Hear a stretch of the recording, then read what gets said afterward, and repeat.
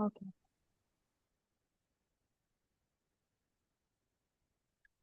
Donc, bonjour à tous, merci d'être présents. Donc, on va juste faire un point assez rapide sur la situation actuelle avant de laisser la parole au professeur Schellcher. On parle aujourd'hui de la gestion des épidémies virales vectorielles, notamment pour notre région Occitanie, FCO1, 3, 4, 8 et MHE, à court et à long terme. Hop.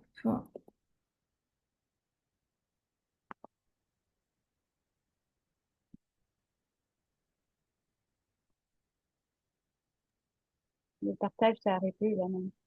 Ouais, Peut-être enlève ce- ta caméra parce que ça te prend la bande passante. Ça peut le faire.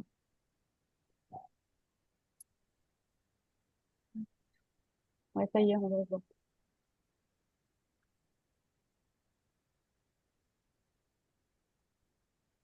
ça bug un peu.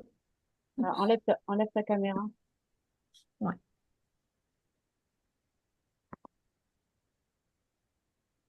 arrête. C'est bon. La carte actualisée, donc je vous ai mis à chaque fois la source. Vous pourrez retrouver ces informations qui s'actualisent toutes les semaines à peu près.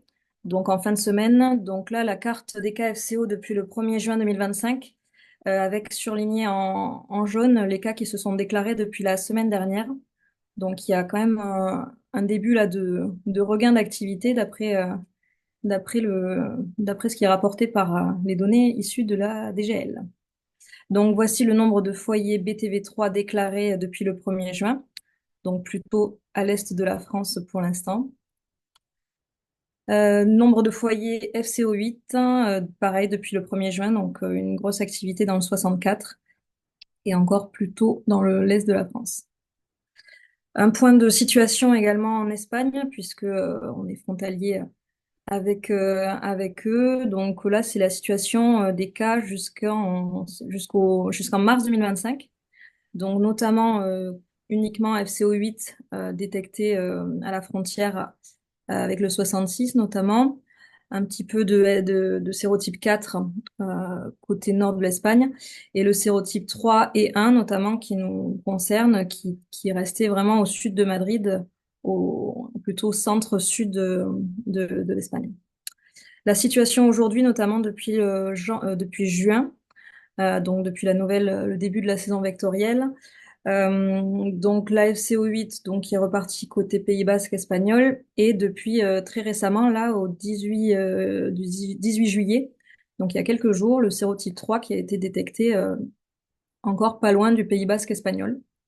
Le sérotype 1 en revanche n'a été détecté toujours qu'au sud de Madrid. Pour l'instant, pas de détection au nord. À court terme, un retour d'expérience sur la FCO3, la vague de FCO3 qu'il y a eu aux Pays-Bas en 2024, suite notamment à une vaccination qui a eu lieu en avril, puisque la première épidémie avait lieu en l'automne 2023. Donc, ils ont montré que sur des fermes non vaccinées, la mortalité ovine par rapport à la référence était multipliée par 5 sur des fermes non vaccinées. Euh, Pour les agneaux, donc moins d'un an, elle était multipliée par 3,5, plus de 3,5. En revanche, pour des fermes entièrement vaccinées, la mortalité, elle était diminuée, enfin elle était diminuée, elle était moins forte, elle était seulement multipliée par 3,5, entre guillemets seulement. Donc on voit quand même que la vaccination aux Pays-Bas n'a pas permis une protection vraiment complète des cheptels vis-à-vis de la maladie, puisqu'ils ont quand même eu des mortalités multipliées par 3 sur les ovins adultes suite à une vaccination complète et réalisée dans les temps. Donc, il faut noter qu'ils ont eu énormément d'hémoncauses cette année-là. Donc, ça fait partie des hypothèses qu'ils ont pour expliquer peut-être une moins bonne efficacité du vaccin par rapport à ce qui a été fait en laboratoire des conditions expérimentales. Donc, une petite alerte quand même sur l'efficacité en termes de protection des vaccins disponibles et sur lesquels on a encore peu de recul. Estelle, tu es là? Oui, vous m'entendez? Vous m'entendez? C'est Oui, bon? c'est bon, Estelle. Merci. Ok, bonjour à tous. Donc, on regarde maintenant ce qui s'est passé en termes d'efficacité vaccinale, enfin les retours sur l'impact de la vaccination contre le BTV3 aux Pays-Bas en 2024, concernant cette fois-ci les cheptels bovins de lait. Alors, il y a comparaison ici a été faite pour déterminer si la circulation avait eu lieu dans le cheptel ou pas par rapport à l'estimation des anticorps présents dans le lait de tank. Donc, la référence étant l'absence d'anticorps dans le lait de tank, on voit qu'il y a une diminution significative de la mortalité dans les élevages qui ont été complètement vaccinés dans les temps par rapport à ceux qui n'ont pas été vaccinés. C'est d'autant plus vrai que il n'y avait pas d'anticorps dans le lait de tank.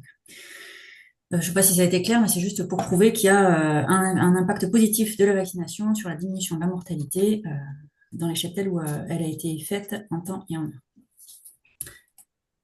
Tu passes la diapo suivante, Hélène? Merci. Donc la vaccination, elle est efficace, elle est nécessaire, mais elle n'est pas suffisante.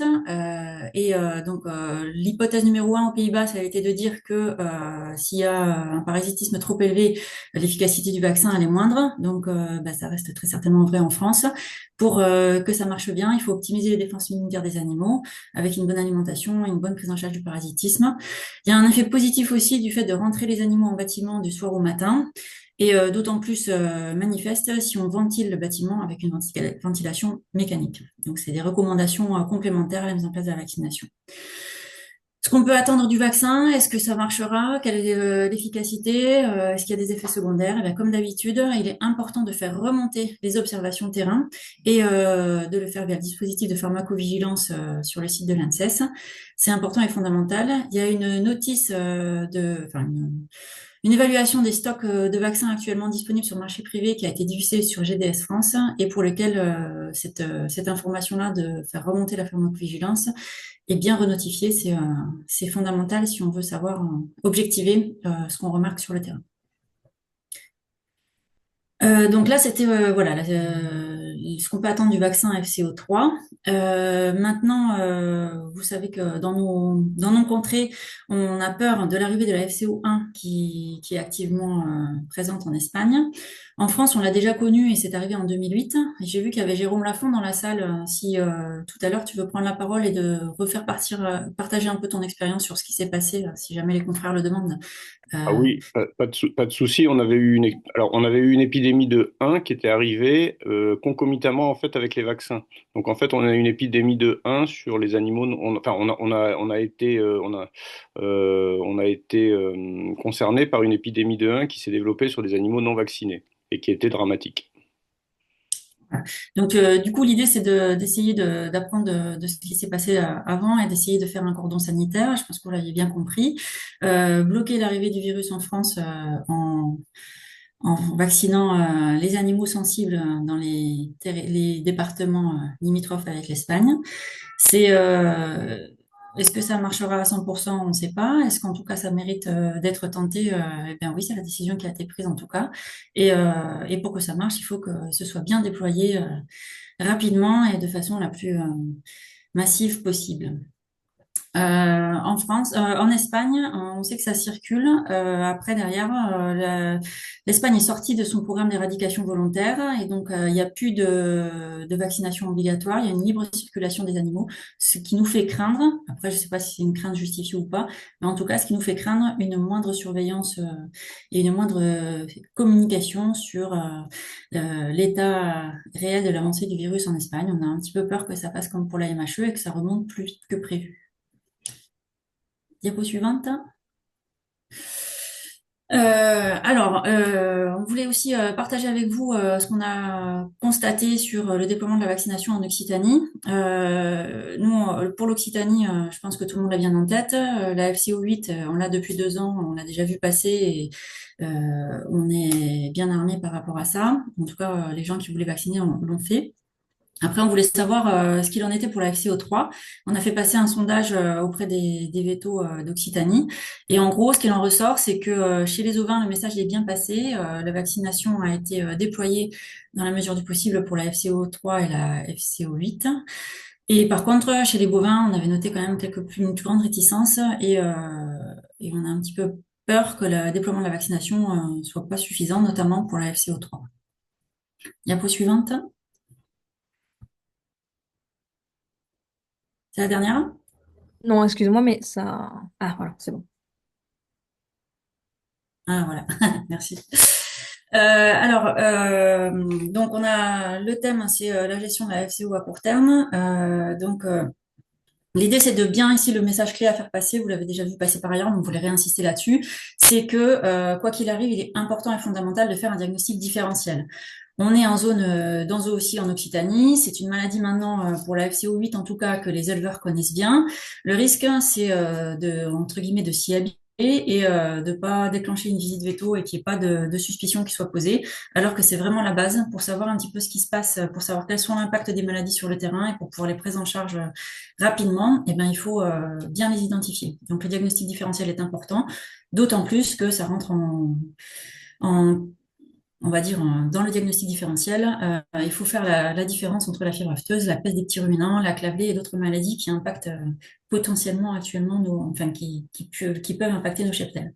Gardons bien ça en tête. Notre rôle, il est fondamental et même si c'est des maladies avec lesquelles on a l'habitude de vivre, il faut rester vigilant. Pour la prise en charge des cas, on va faire vite sur cette diapo. L'idée, c'est de soutenir les organismes des animaux atteints. Tu passes à la diapo suivante. Et l'information clé qu'on voulait vous faire passer cette année, c'est que il faut pas oublier que le BTV, c'est un virus qui peut induire des lésions tubulaires rénales avec une déshydratation. Déshydratation qui mérite d'être corrigée pour améliorer la prise en charge des animaux avec une réhydratation orale, voire parentérale. Et parmi les choses qu'on peut faire dans l'adaptation de nos traitements, c'est peut-être d'essayer de limiter l'impact de la toxicité des AINS qu'on utiliserait sur des animaux affaiblis en réduisant les doses ou voilà, en ayant bien en tête l'état d'affaiblissement et de déshydratation potentielle des animaux que l'on traite, surtout au niveau des ovins, qui n'ont pas toujours la chance de bénéficier d'une réhydratation adaptée. Diapo suivante. Alors, à court terme aussi, on rentre dans la période de vaccination du marché public qui est actuellement accessible pour nos éleveurs en Occitanie pour la FCO8. Donc nous, c'est la troisième année pour laquelle on va être confronté à la circulation virale dans notre région. Le vaccin qui est déployé par l'État, c'est du Bluvac 8. Jusqu'à présent, ce qui a été largement fait dans nos élevages, ça a été du Civazule 4-8, comme vous le savez, parce que par facilité, hein, le fait qu'il y ait une seule injection pour les moutons a grandement fait favoriser son déploiement dans notre région. Donc la question qu'on se pose, c'est qu'est-ce qu'on peut attendre d'un rappel annuel du Bluvac 8 sur des animaux vaccinés au Civazule? Et la mauvaise nouvelle du jour, c'est qu'on n'a pas d'éléments concrets pour vous guider dans ce choix. Donc, en l'absence d'études qui nous décrivent ce qu'on peut en attendre d'une vaccination hétérologue, le conseil, la recommandation reste de suivre le protocole vaccinal inscrit sur le RCP. Donc, une vaccination en 2 injections. Diapo suivante. On est bon, c'est fini. Peut-être que je peux passer la parole à François Chéchère et garder les questions pour à la fin. Sauf si Hélène, tu as la réponse pour Jérôme, savoir quel vaccin a été déployé pour la FCO3 en Nouvelle-Zélande chez les moutons. Non, j'ai pas la réponse. On va chercher Jérôme. On va trouver d'ici la fin du diaporama. En Nouvelle-Zélande ou aux Pays-Bas? Aux Pays-Bas, par contre, je sais pas pourquoi j'ai parlé de Oui, Nouvelle-Zélande. parce que N'importe quoi. Aux j'étais Pays-Bas, perdue là. C'est les aux données que tu avais Pays-Bas. eues. Je ne sais même pas s'ils vaccinent en Oui, aux Pays-Bas, oui, je sais que ça a été le Civazule 3 largement utilisé. Merci. Désolée pour le lapsus.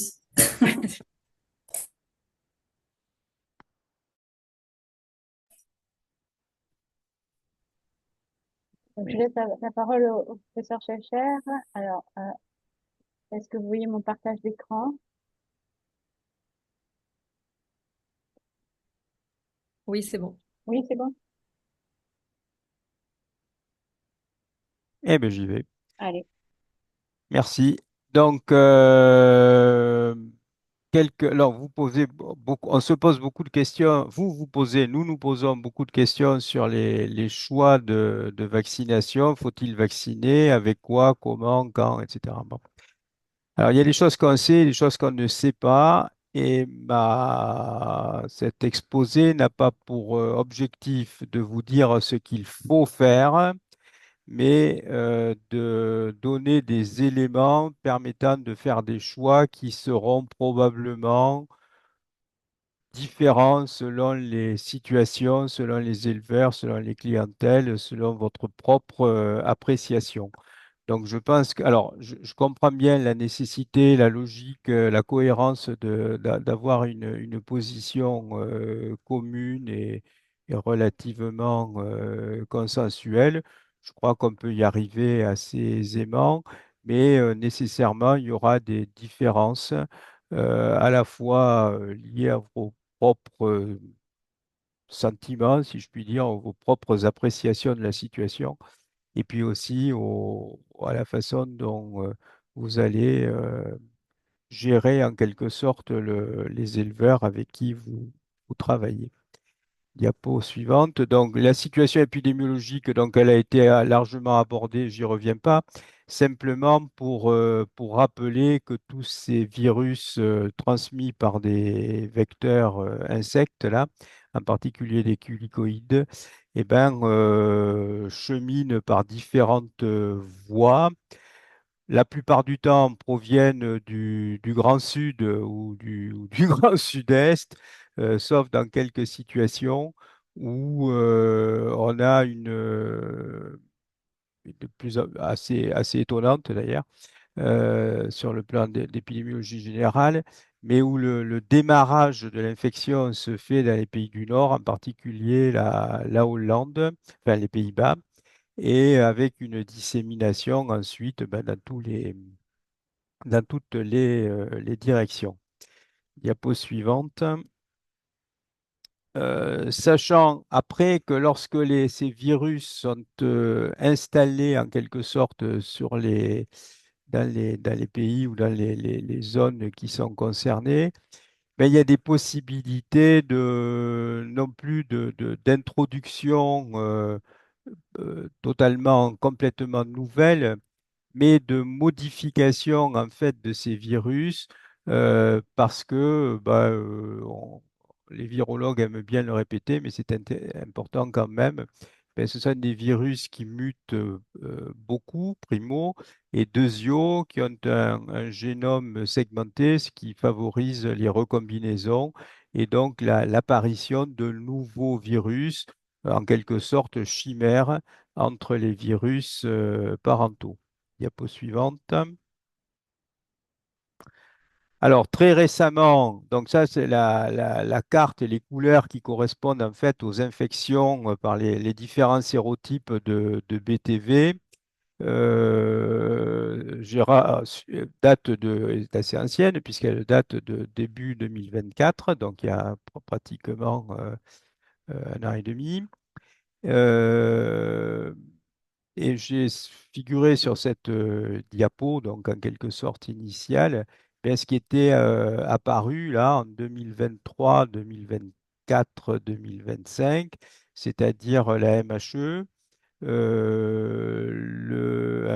un variant, si on peut dire, du BTV8, puis des choses qui, dans le nord, sont le BTV3 et le BTV12. Alors, le BTV12 ne s'est pas répandu. Par contre, le BTV3 a continué enfin, a beaucoup diffusé et continue à se répandre avec, par exemple, dans les derniers cas recensés, ben, vous avez vu le nord de l'Espagne là, mais aussi la Pologne et évidemment le Royaume-Uni. Il n'y a que l'Irlande qui pour l'instant semble rester indemne. Diapo suivante. Donc c'est la diapo qu'a présenté tout à l'heure Hélène, donc je n'y reviens pas. Simplement un petit mot sur je n'y reviens pas, mais j'ai quand même pas fini. Oui, pardon. Euh, un peu sur le BTV4, où il y a plus de cas depuis 2018 en France continentale, mais dans la France insulaire méditerranéenne, donc en Corse, ben, il y a pas de cas récents, mais il y a eu quelques cas identifiés sur la période 2024-2025.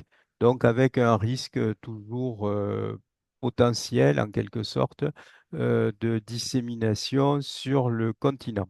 Diapo suivante. Donc ça, c'est l'évolution de la MHE. Diapo suivante. Et pour rappeler aussi dans cette situation épidémiologique, bon, c'est un peu une porte ouverte, mais c'est pas grave de les réenfoncer de temps en temps, ben, que les vecteurs, les culicoïdes qui sont les éléments de transmission majeurs, essentiels, même si c'est probablement pas les seuls, et ben, ces vecteurs sont très largement répandus. Donc, on a toutes les conditions pour que puissent diffuser, se disséminer donc ces infections aussi bien par EHDV, donc pour la MHE, que par BTV, donc pour la FCO. Diapo suivante. Alors, les modalités de la transmission, de façon très brève, ben, il faut toujours distinguer ce que sont les foyers initiaux et puis ensuite les nouveaux foyers.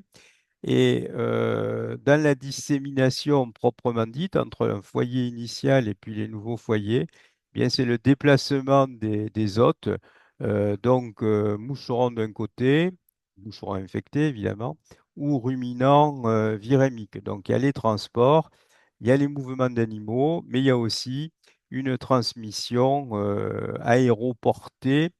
euh, En particulier donc par les moucherons et avec cette voie classique reconnue de passage transméditerranéen des pays du Maghreb, donc vers les îles, les grandes îles de Méditerranée, Sicile, Corse, Sardaigne, éventuellement Baléares, et ensuite l'Europe continentale. Diapo suivante. Alors, l'infection évolue, donc la notion de période d'activité et d'inactivité vectorielle alors, est à la fois toujours d'actualité, mais en même temps doit être fortement nuancée, parce que les périodes sans activité vectorielle, bon, ben, c'est de plus en plus contestable, notamment en fonction des hivers qui sont très doux et pendant lesquels très probablement subsistent quelques vecteurs. Et de surcroît, pour comprendre la, la- la circulation et la persistance des virus dans des cycles qui seraient trans-hivernants, alors c'est pas la grande douve, mais ça serait presque comparable. Il faut pas oublier donc cette persistance possible des vecteurs, c'est-à-dire la non-disparition de vecteurs infectés à cause des hivers doux, mais aussi la possibilité d'avoir des ruminants dont la virémie est prolongée, éventuellement, et ça a été démontré pour le BTV8, des nouveau-nés infectés virémiques, et donc pour lesquels on pourrait observer une persistance du réservoir. Diapo suivante. Donc, nous sommes passés en l'espace de quasiment 20 ans, là maintenant, de cycles qui étaient purement épidémiques par introduction totalement nouvelle de virus à des cycles qu'on peut considérer comme quasiment endémiques. Et donc, on peut considérer aussi que la France est en situation d'endémicité. Alors, je, je, je simplifie un petit peu, évidemment, ça ferait peut-être hurler les puristes ou les épidémiologistes, mais en situation d'endémicité pour un certain nombre de sérotypes de BTV et probablement de HDV, donc de MHE. Alors, en sachant que ces notions d'épidémie ou d'endémicité, ben, ça dépend évidemment de la virulence du virus, mais aussi de l'immunité de la population, immunité acquise suite à l'infection naturelle ou immunité acquise suite à la vaccination. Et nous y voilà. Alors, diapo suivante. donc ça nous amène au contrôle et à la maîtrise de ces infections. Alors, moi, je pense que là, de ce point de vue-là, donc je vais vous livrer au passage quelques réflexions ou quelques appréciations personnelles avec lesquelles vous pourrez être en désaccord. Mais à ce moment-là, n'hésitez pas à me le dire et à l'argumenter. Je pense que les stratégies de contrôle et de maîtrise, primo, sont indissociables des objectifs et du contexte. Selon que l'on est d'abord selon l'échelle territoriale que l'on considère, selon les mouvements d'animaux qu'il y a en fonction des zones et des territoires. Et dans les objectifs, est-ce qu'on cherche à réduire simplement l'impact économique? Et c'est pas, quand je dis simplement, c'est pas du tout restrictif, hein, voilà, c'est un élément important. Ou est-ce qu'on cherche à réduire les aspects de transmission? Et les deux vont souvent de pair. Il est difficile en pratique, concrètement, de dissocier ces deux aspects-là. Diapo suivante. Donc, on a grosso modo schématisé, simplifié des aspects dans lesquels la vaccination ne serait pas concernée. Donc, c'est des aspects qui concernent en quelque sorte la maîtrise de l'exposition aux insectes vecteurs et en particulier lorsque ceux-ci sont infectés. Donc, en commençant de, sur des choses qui sont finalement assez peu à ce stade réalisées ou voire réalisables, donc des actions sur le biotope et sur les conditions écologiques de vie du vecteur, plus, disons, dans les cibles potentielles d'un éleveur, c'est la conduite d'élevage. A été évoquée la présence en bâtiment, voire la ventilation de façon à réduire la population d'insectes piqueurs. Donc ça, je pense que c'est quelque chose qui est relativement important et l'utilisation d'insecticides avec toutes les limites que ça peut avoir, notamment lorsqu'on considère d'autres aspects qui sont ceux des- à la fois de l'efficacité, qui est très liée à la fréquence de l'administration de ces insecticides sur les animaux hôtes principaux, c'est-à-dire ovins, et puis aussi des impacts négatifs éventuels, donc, enfin pas éventuels, des impacts négatifs sur l'environnement. Et après, sur d'autres, alors il y a un autre volet qu'il faut jamais, enfin que vous ne perdez pas de vue parce que c'est un élément majeur de votre activité par ailleurs, c'est le contrôle des mouvements d'animaux et associé au dépistage, en particulier en fonction de contraintes réglementaires et dans les zones comme celles d'Occitanie où la production allaitante est destinée notamment pour les broutards à l'export, est très importante. Évidemment, c'est un élément majeur à prendre en considération. Mais disons que par rapport à l'assainissement à proprement parler, ces aspects de dépistage ne sont pas intéressants ou utiles. Donc, la vaccination va occuper toute sa place. Pourquoi? Parce que toutes ces mesures-là sont intéressantes, doivent être menées en complémentarité, mais ne peuvent à elles seules ni réduire l'aspect de l'impact sur l'impact clinique, donc ni réduire les conséquences économiques, ni arriver à réduire ou à annihiler complètement les aspects de transmission. Diapo suivante. Cette vaccination, diapo suivante, il faut d'abord considérer ce qui se passe du point de vue de l'infection naturelle. Alors, première idée, c'est que cette infection naturelle est spécifique du sérotype. Alors, c'est vrai intra-virus MHE, mais donc intra-sérotype MHE. Bon, pour l'instant, il n'y en a qu'un qui est le HDV8, mais bon, on n'est pas à l'abri de l'apparition d'un nouveau sérotype HDV. Et ensuite, c'est également vrai pour les différents sérotypes de BTV. Alors, se pose la question de la protection croisée entre BTV et HDV. Elle semble absente, cette protection croisée, lors de primo-infection. En revanche, est-ce qu'on peut en dire autant lorsqu'il y a des infections ou des vaccinations multiples et préalables? C'est-à-dire, en fait, lorsque les rappels antigéniques, les rappels immunogènes, si vous préférez, eh bien, se sont additionnés, multipliés, additionnés.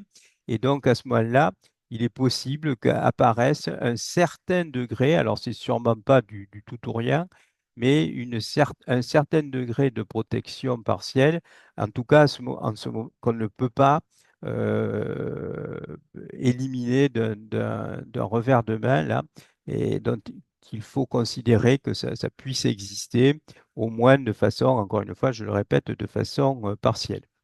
Diapo suivante.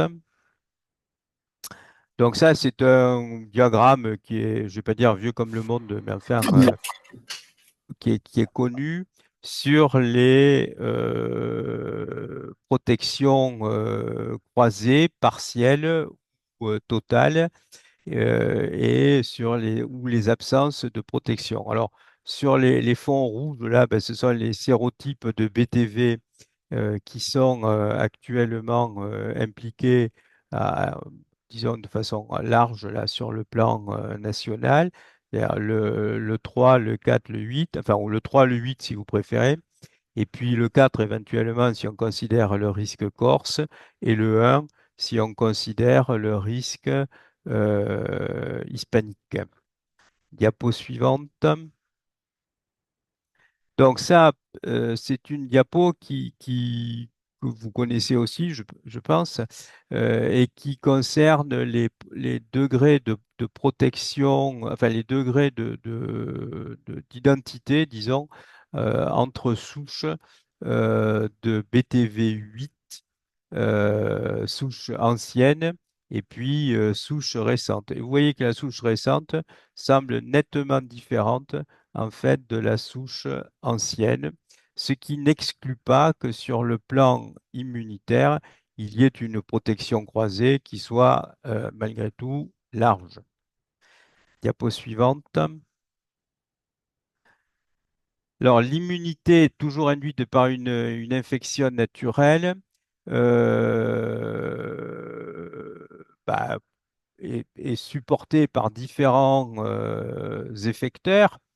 Donc, classique, hein, j'y reviens pas, et a pour caractéristique cinétique d'apparaître en quelques jours, d'atteindre un maximum classique aussi vers 3 4 semaines, mais surtout d'avoir une durée qui est particulièrement longue, puisque en BTV8, et pour ce qui a pu être observé et publié, cette durée serait de l'ordre de 4 à 6 ans, donc sur des bovins.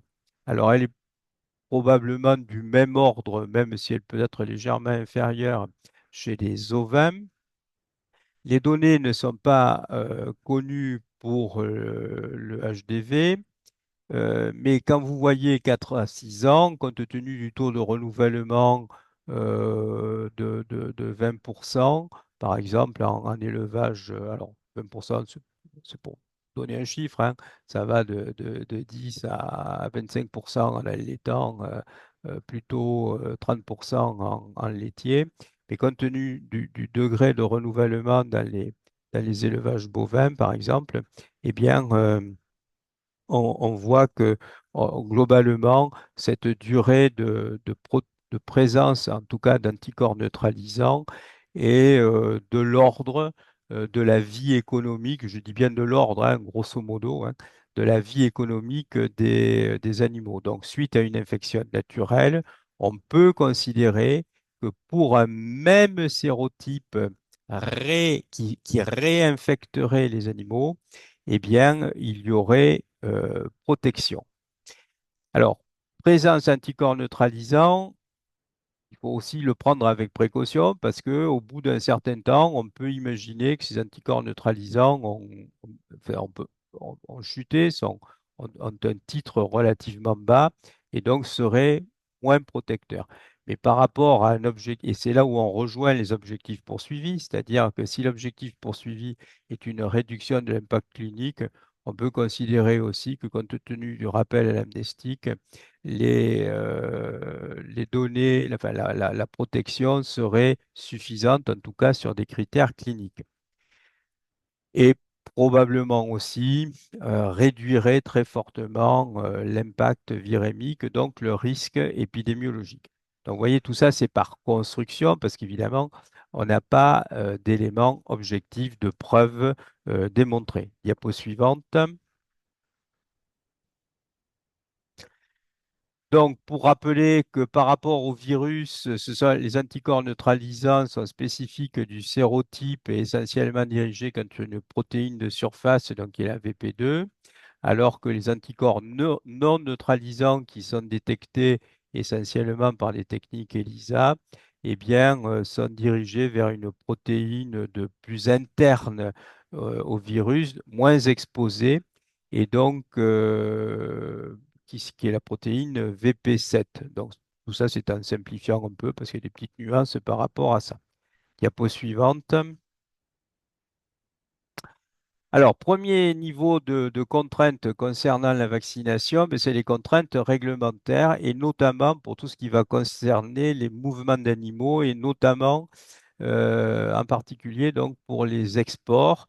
Donc là, c'est un tableau que je vous avouerai ne pas connaître par cœur, mais qui résume la situation en fonction du pays destinataire et qui concerne la MHE. Donc c'est un exemple, mais ça, ce sont des éléments qui vous sont fournis par les DDPP et que vous manipulez. Et je vous admire dans cette manipulation quotidienne là, parce que je la trouve toujours très, très complexe avec un certain brio, que vous animez avec un certain brio. Diapo suivante.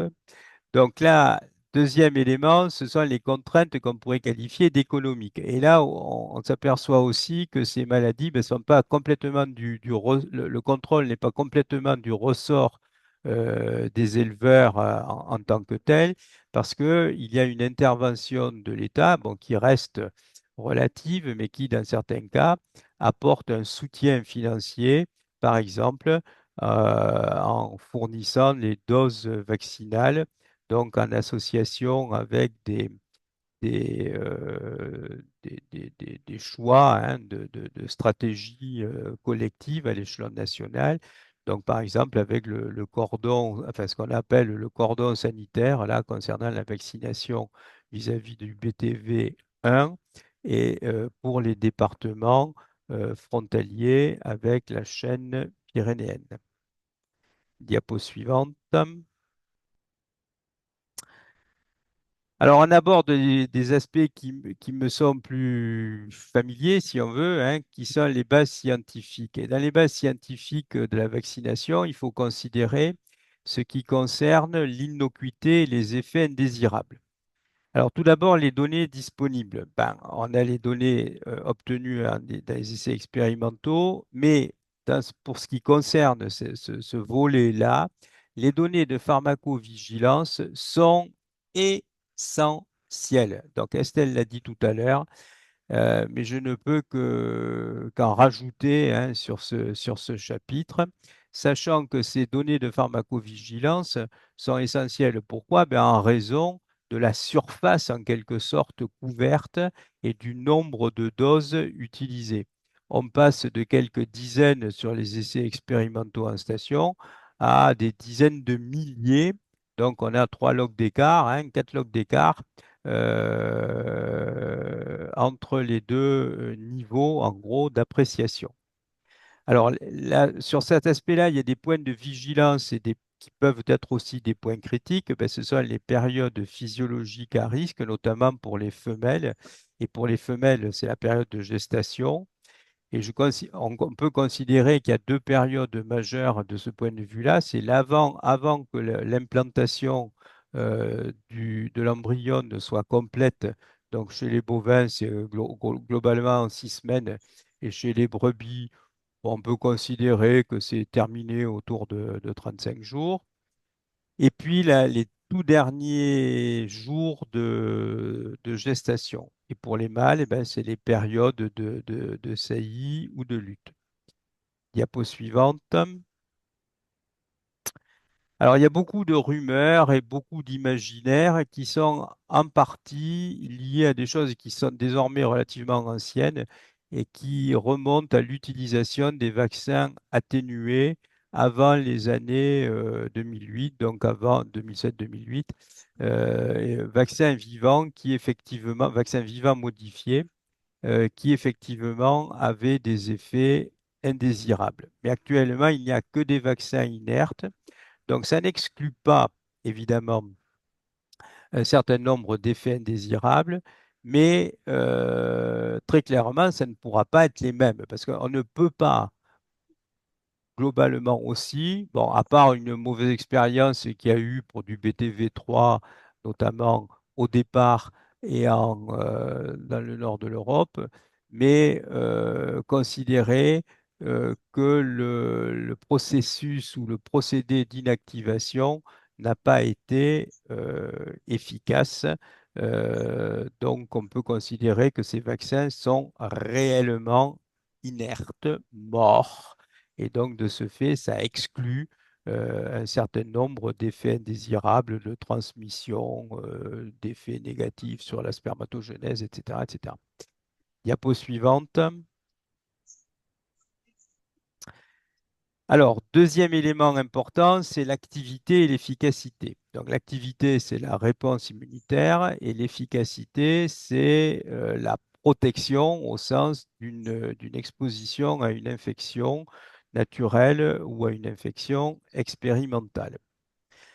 Alors, il n'y a pas d'essai comparatif pour des vaccins de même indication. Donc, si vous ne posez pas la question pour savoir si le Civazul, c'est mieux que le Bluvac ou que le BTV pur ou que je ne sais quel autre vaccin, parce qu'on on ne peut pas avoir la réponse à ce stade-là. On peut avoir des avis qui valent un peu, pas grand-chose en fait, souvent, euh, mais en mais en tout cas, on n'a pas d'essais vaccinaux rigoureux et comparatifs.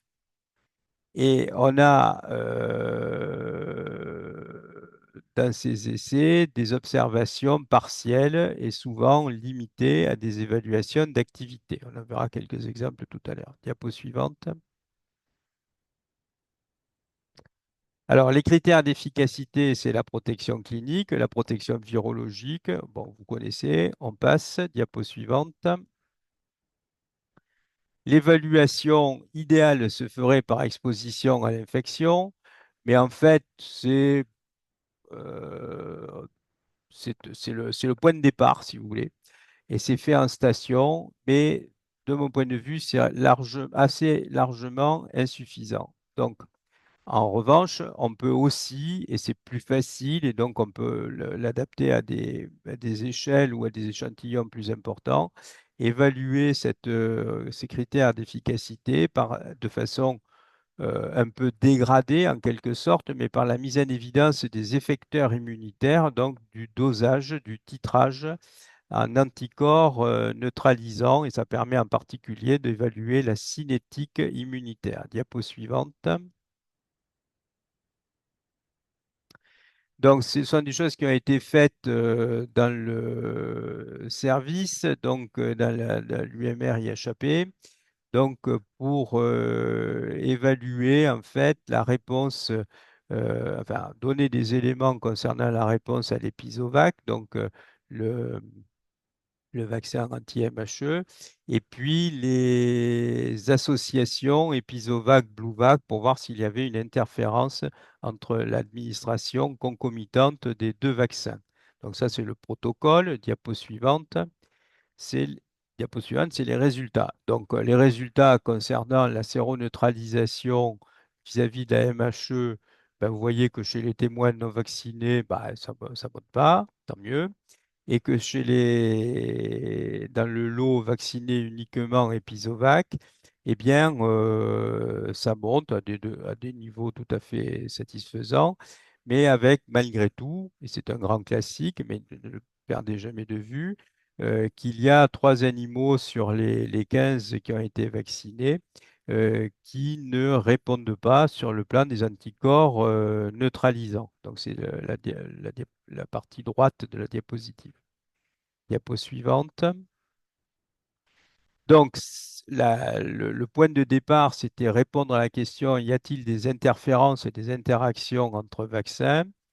Eh bien, en fait, il n'y a pas de différence. Si vous regardez toujours les résultats en anticorps neutralisants et si vous regardez toujours la partie droite de la diapo, eh bien, il n'y a pas de différence significative entre les deux lots, c'est-à-dire le lot qui a reçu l'Episovac seul et le lot qui a été vacciné Episovac et Bluevac 3, bien que visuellement, il semble qu'il y ait une différence, mais elle n'est pas statistiquement significative. Alors peut-être apparaîtrait-elle cette différence de façon nette et démonstrative si les effectifs étaient plus importants. Mais on est malgré tout entre 33 animaux doublement vaccinés d'un côté et 15 animaux. Bon, ça commence à être des effectifs assez intéressants malgré tout, hein. Vaccinés uniquement Episovac. Diapo suivante. Alors, la durée de protection post-vaccinale, donc on n'a pas d'infos concernant le HDV8. Et pour le BTV8, alors ça c'est un point qu'il faut vraiment que vous notiez parce que je ne suis pas sûr qu'il soit parfaitement euh, connu en tout cas. Pour le BTV8, cette durée est beaucoup plus longue globalement euh, que ne le suggère la notion de rappel annuel. Donc, autrement dit, la durée de protection suite à une vaccination avec des vaccins BTV8 inertes est de plusieurs années. Alors, chez les bovins, il y a des observations donc, qui vont de 3 à globalement 4 à 5 ans. Et chez les ovins, alors donc dans des conditions expérimentales strictes, c'est-à-dire primo-vaccination, puis, alors là, il y avait eu 3 injections quand même consécutives, donc primo-vaccination, puis rappel à 1 an, ben, le minimum était, suite à ce rappel, de 2 ans et demi, quoi, globalement, de présence d'anticorps neutralisants et quasiment sur l'ensemble à un ou deux près des animaux qui avaient été vaccinés. Et il y a même quelques observations, mais qui sont beaucoup plus limitées en nombre, donc qui vont jusqu'à 5 ans et 7 ans et demi après la vaccination ou quelques rappels successifs. Alors, sachant par ailleurs que ces données n'existent pas en particulier pour le BTV3, tout simplement parce qu'on n'a pas encore assez de recul sur la question. Alors, on peut en douter un petit peu compte tenu des propriétés immunogènes du BTV3. Diapo suivante. Deuxième, alors on voit, il y a une partie des diapos qui, en tout cas sur mon écran, n'est pas visible là. Est-il possible de différencier les animaux infectés naturellement des animaux vaccinés? Alors, il n'y a pas de données scientifiques suffisantes, ou en tout cas, on n'a pas de preuves pour apporter cette différenciation. Alors, il y a un certain nombre de données euh, vu l'horaire que je ne vais pas développer, sauf si vous le souhaitez après dans les questions. Mais globalement, on doit considérer qu'il n'y a pas de données scientifiques suffisantes. Diapo suivante. Se pose également la question de la combinaison de différents vaccins au cours du temps. Autrement dit, je fais une primo-vaccination avec un vaccin A, il n'est plus disponible, enfin pour différentes raisons, je ne souhaiterais pas l'utiliser pour le rappel ultérieur. Est-ce que je dois recommencer le protocole de primo-vaccination avec le vaccin B ou ou je me contenter d'une simple injection de rappel avec le vaccin B? Donc là, on n'a pas de données scientifiques, donc c'est quelque chose qui a été évoqué tout à l'heure par Estelle. Euh, on peut malgré tout ne pas. Donc, idéalement, il serait souhaitable de disposer d'informations spécifiques, hein, comme on les a réalisées pour les associations simultanées de vaccins. Mais j'aurais tendance à être, disons, relativement confiant avec des précautions et qui probablement aussi sont liées à la nature du vaccin. Mais j'aurais tendance, enfin, mon idée, mais c'est une idée hein, qui n'est pas du tout démontrée, c'est une hypothèse si vous préférez, c'est que l'effet du vaccin en tant que tel, autrement dit son efficacité propre, naturelle en quelque sorte, et probablement joue un rôle supérieur, beaucoup plus important que le fait de respecter ou pas, lors de rappel, le, le, le protocole, disons, de primo-vaccination.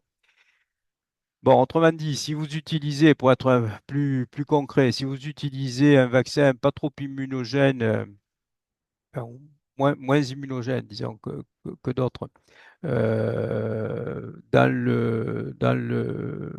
en primo-vaccination, bah, il est vraisemblable que le rappel ultérieur devra être réalisé avec le protocole complet de primo-vaccination si vous utilisez un vaccin différent de ce premier vaccin peu immunogène.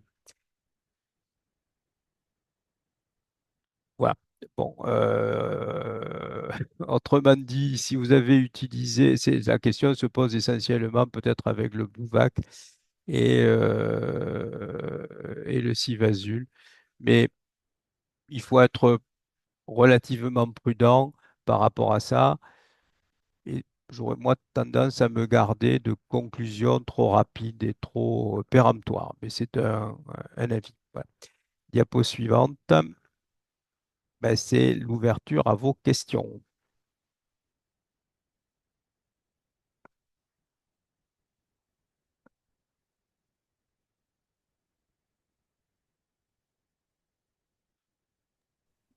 Merci, professeur Schellcher. Et allez-y, n'hésitez pas à prendre la parole si vous avez une question. Oui, vas-y, Hélène. Oui, merci professeur Schellcher. Oui, donc sur la base de votre dernière diapo, en gros, comment on peut savoir, sans données, quels sont les vaccins plus immunogènes que d'autres? Est-ce que sur la base de leur composition, on peut avoir Non, une première idée? Non. non, sur la base de la composition, non. Ce ne sont ça ne peut être, ça ne pourrait être idéalement alors, idéalement, si on va de l'optimum et puis qu'on dégrade au fur et à mesure, si l'optimum, c'est des essais comparatifs. On les a pas et on n'est pas prêt de les avoir. Deuxième niveau, c'est les réponses d'activité, c'est-à-dire un anticorps neutralisant. Bon, donc là, on peut essayer d'obtenir de comparer, d'avoir des éléments comparatifs. Et puis, au même niveau, disons, entre guillemets, de preuve, ben, ce sont des données, mais grandes échelles et qui restent malgré tout très, très, très grossières, mais qui sont intéressantes, hein. C'est les résultats que vous avez présentés sur le BTV3 aux Pays-Bas, dont on voit bien qu'il réduit la, la mortalité, mais le niveau de réduction reste, en tout cas chez les ovins, hein, reste en quelque sorte modeste, quoi. Donc, on peut considérer que les vaccinations dans ces conditions-là, bon, toutes choses, alors de façon très très grossière, très très globale, mais vous voyez, il faut accumuler des dizaines ou des milliers, oui, des dizaines de milliers de, de, de vaccinations et d'observations pour se faire une idée qui est pas parfaite, parfaite, mais qui tient la route, qui tient la route. Mais sauf que c'est à l'échelle de la dizaine de milliers, alors encore une fois, hein, je donne un chiffre, de vaccinations et pas de quelques centaines ou milliers, y compris de celles qui sont susceptibles d'être réalisées à petite échelle. Voilà. Estelle Kern a levé la main et après je lirai les deux questions du chat.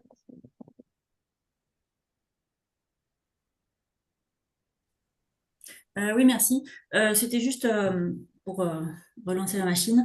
Quand on est dans une situation avec une forte circulation virale, qu'on a des animaux qui sont vaccinés, est-ce qu'on sait si la circulation virale qui existe peut faire office de rappel pour restimuler l'immunité des animaux infectés ou pas? Enfin, je sais pas si ma question est claire. Si, enfin, en tout cas, je crois comprendre. Oui, bien sûr, oui. C'est-à-dire que l'infection, pour dire les choses simplement, ou le dire d'une autre façon, l'infection naturelle, on peut considérer qu'elle confère une immunité protectrice suffisante par elle-même. Donc ça, il faut quand même jamais l'oublier. La problématique, enfin pour moi, la question, disons, je la reformulerai de façon un peu différente, mais sans avoir les moyens concrets. Je souris en même temps, enfin vous l'avez entendu, en même temps que je vous le dis, mais c'est que cette infection naturelle, elle est en quelque sorte par observation très hétérogène d'un troupeau à un autre. C'est-à-dire, il y a des troupeaux qui sont séropositifs, pour faire simple, à 90%, et des troupeaux qui sont séropositifs à 30%. Ça veut dire quoi? Ben, ça veut dire que ceux qui sont à 30%, il y en a 70% qui pour lesquels les animaux sont complètement naïfs. Bon. Donc, dans ces conditions-là, évidemment, la vaccination joue tout son rôle, a tout son intérêt pour, en quelque sorte, harmoniser, homogénéiser le statut protégé des animaux dans le troupeau. Donc voilà. Donc, pour moi, la vaccination, si vous voulez, ça change pas, hein, fondamentalement la conclusion finale, celle que vous avez, que vous défendez avec force et logique, c'est qui est de vacciner et que je suis parfaitement, mais pour des motifs peut-être légèrement différents, mais enfin, le résultat est le même, hein. Il faut vacciner. Et ces motifs, les miens, sont plutôt d'aller vers une homogénéisation du statut de protégé que de renforcement d'immunité sur des animaux initialement infectés ou initialement vaccinés. Alors, je ne sais pas si moi aussi j'ai été clair, mais voilà. Donc, la conclusion, le résultat conclusif est le même. Le chemin pour y arriver est peut-être légèrement, mais c'est des nuances, et ce qui compte en particulier dans la communication éleveur, c'est à quoi on aboutit in fine. Mais voilà, disons que c'est la manière de le, de le présenter ou de le dire. Alors peut-être qu'ils seront moins sensibles à l'idée d'homogénéiser, d'harmoniser, qu'à l'idée de il faut renforcer. Mais voilà, en tout cas, c'est mon avis. Dans le chat, on a une question de Jean-François Pardieu qui demande s'il comprend bien une primo-vaccination pour le sérotype 8 suffit à protéger l'animal pour sa carrière. Une primo-vaccination, plus ou moins avec un rappel, oui. D'accord. Et j'ai la DDPP 30, c'est-à-dire le GAR, qui demande, étant donné l'importance économique de ces maladies vectorielles en France, est-ce qu'il existe une coordination des recherches sur ces maladies au niveau européen? Les crédits de recherche sont-ils suffisants? Alors, alors, ça dépend quelle casquette je vais prendre. Donc, il existe. Alors, coordination, bon, j'hésite un peu à utiliser ce mot-là, mais enfin, en tout cas, une concertation à l'échelle européenne, oui.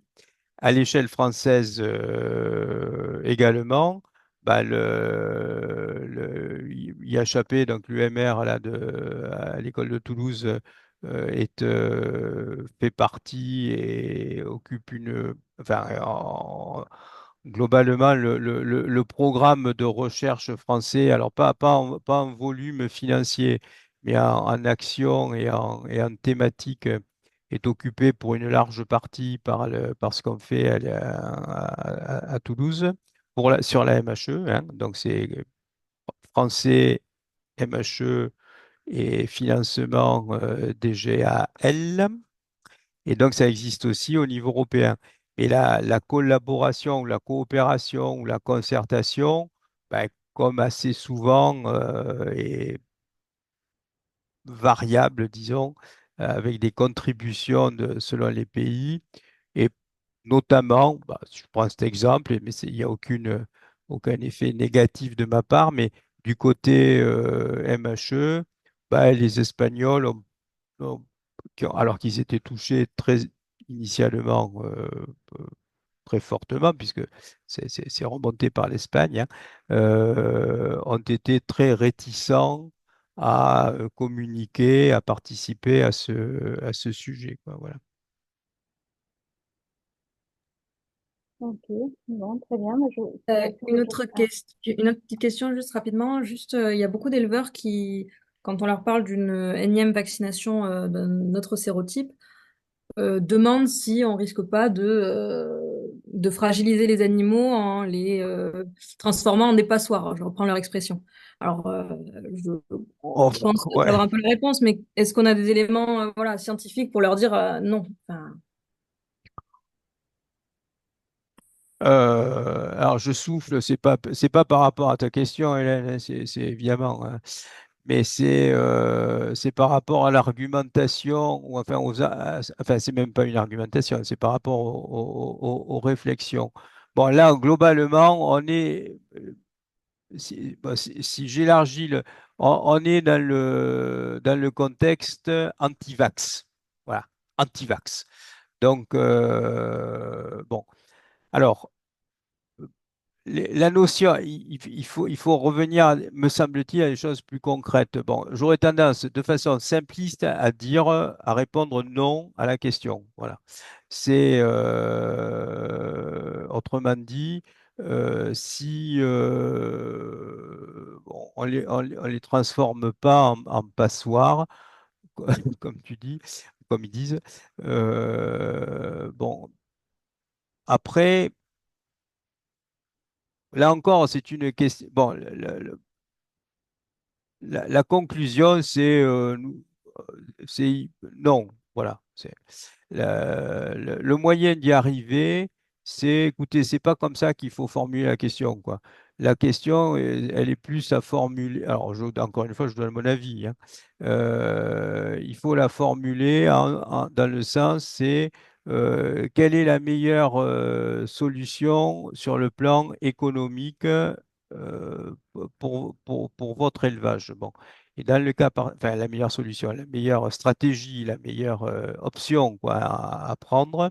Et dans ce cas-là, eh ben, la plupart du temps, c'est oui, et c'est pas parce que vous avez vacciné FCO3, FCO8,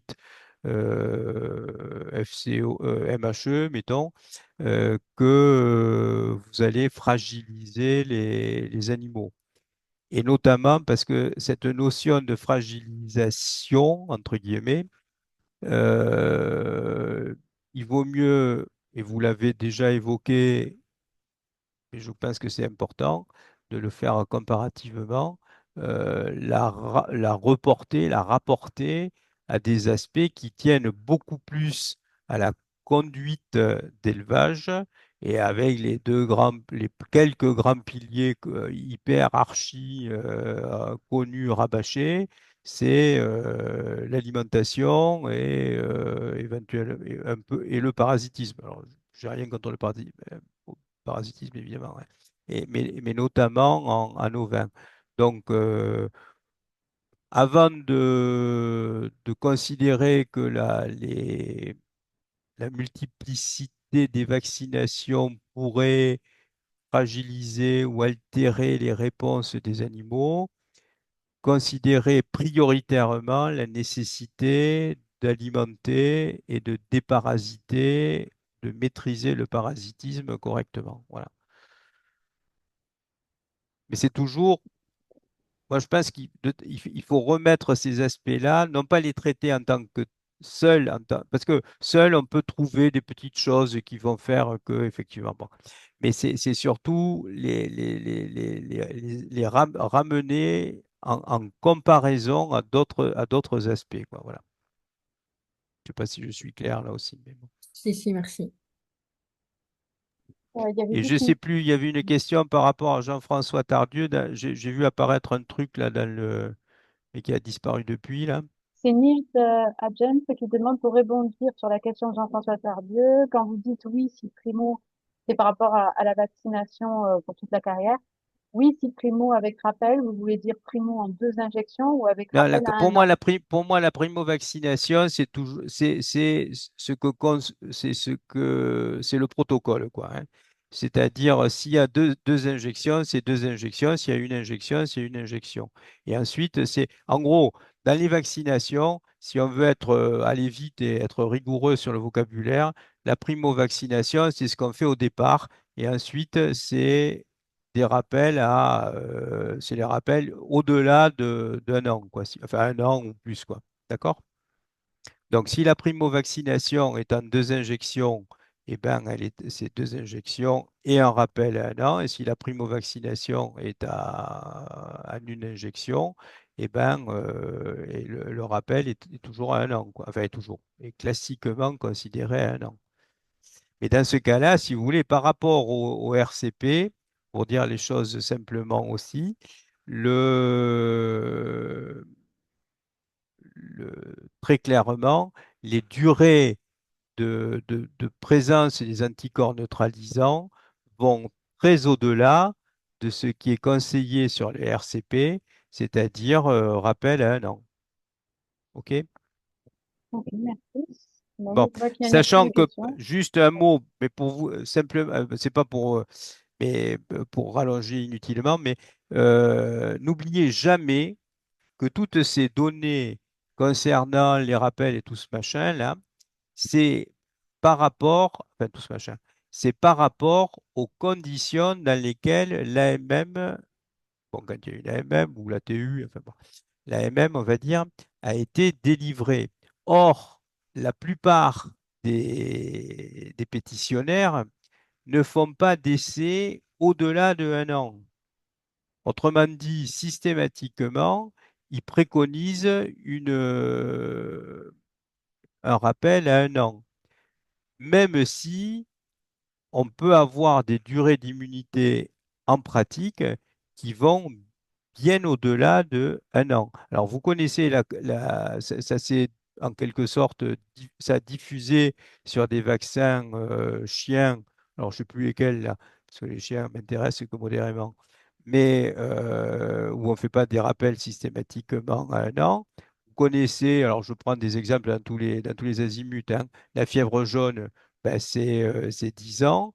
Et pour vous citer des vaccins qui n'ont rien à voir, mais qui sont des vaccins bovins antiviraux, notamment vis-à-vis du BVD, ben, la durée d'immunité, par exemple, par rapport au mucosifa, donc ou au Bovella, va aussi largement, ou aller, enfin va toujours d'ailleurs, largement au-delà de 1 an, quoi. Bon, néanmoins, on était systématiquement sur ce couperet 1 an. Bon, donc simplement, ben là, dans le cas particulier, on a des vaccins qui, tout en étant inactivés, euh, et, et parfois même donc utilisés avec une seule injection en primo-vaccination alors qu'ils sont inactivés ou inertes, eh bien, ont des durées d'immunité qui sont beaucoup plus longues que ce que l'on considère parfois. D'accord?